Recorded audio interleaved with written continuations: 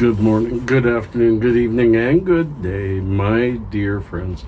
Gord, you're hurt and happy on this hump day of this week.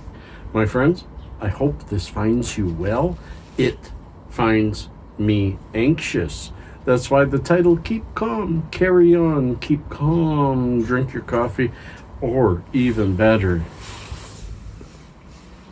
keep calm and walk along. Friends, it's another, here comes the cold. It's -4. Let's put that up there. It's -4 with wind chill, -7. Not terrible, not great. It's snowing. You can kind of tell, but it's a light kind of snow. And why would I choose in the morning to take you along this walk? Well, friends, you know, sometimes I wake up so outside of my head, or so deep inside my head, that I can't shake those morning blahs, the morning sadness, the morning difficulty. I think it's mostly because I was up every day. My shift at work started at 4 a.m. for a major portion of my life. 4 a.m. morning supervisor at the railway. And I loved it.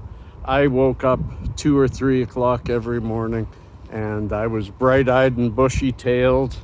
And yeah, I'd get off work at noon, and I'd sleep probably from 1 till 3, something like that.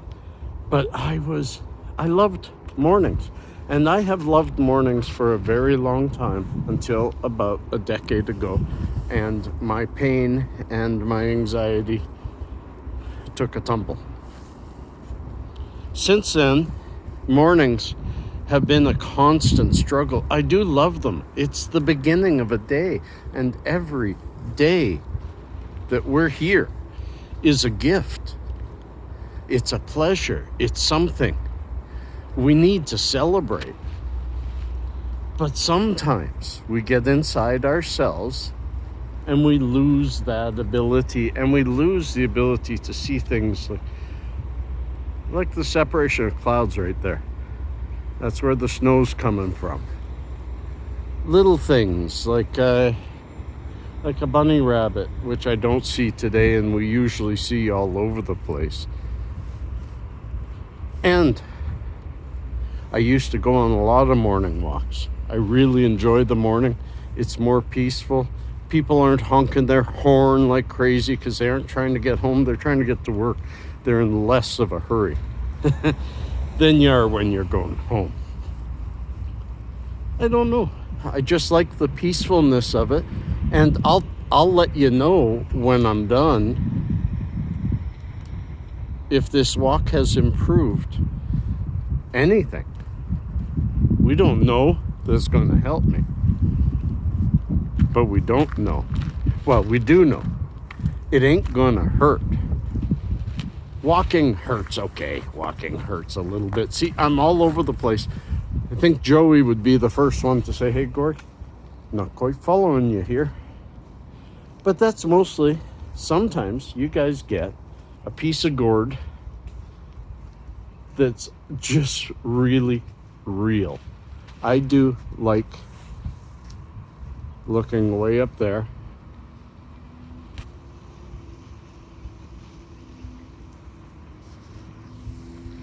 at those buildings.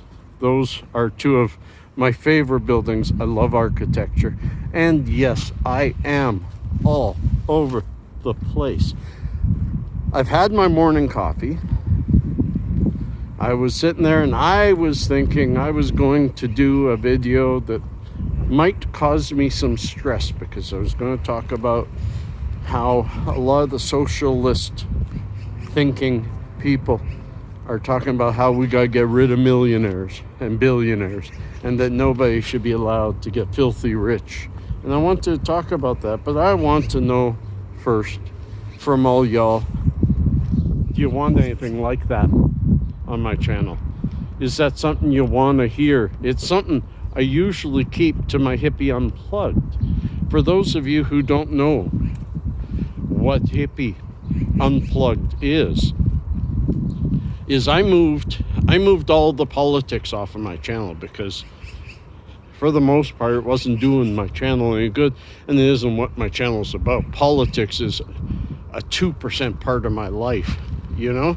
Family, 40-50%. Cannabis, maybe 8 or 10%, you know?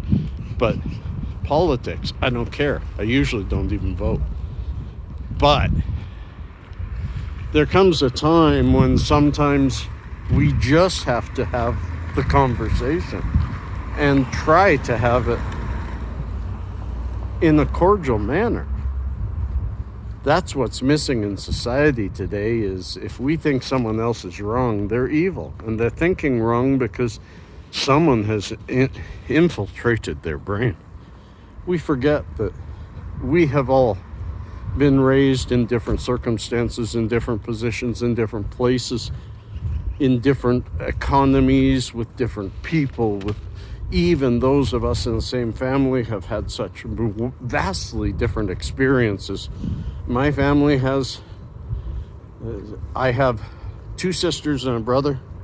My 2 sisters would be very liberal.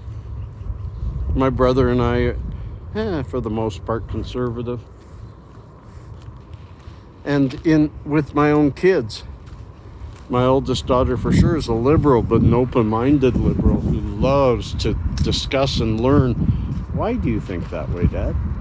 And I like that. Doesn't change her mind, but at least she understands me better. And I wish that's the kind of person we could all be. I love to hear why people think what they think when they think left thinking. That's a lot of thinking, hey? I love it. If I can have the conversation without anger, without finger pointing. I gotta be really careful right here. This is just pure ice on this sidewalk. Pure ice. And that's how I've hurt myself before. Ooh, already slipped. They put a little bit of sand on here, but it sure isn't helpful. So see, by walking and talking to you all, already my mornings a little better, a little smoother. I feel a little more clear, a little more able to battle this day. What's a hippie got in front of him? Well, I was hoping to do a strain review, and I'm still planning on it. But I've got a couple of days, surprise couple of days with Pasha visiting. Just things happening that I need to look after him for the next couple of days. So I will probably do a strain review on the weekend. And maybe we can do something with Pasha a little later. But, friends, we're back at the house. We're back at my house. And I'm going to sit down on the porch. And although I'm a little bit tired, I really enjoyed that walk. I'd really like to hear if you did too. And when I am here and the phone is there, you know what time it is.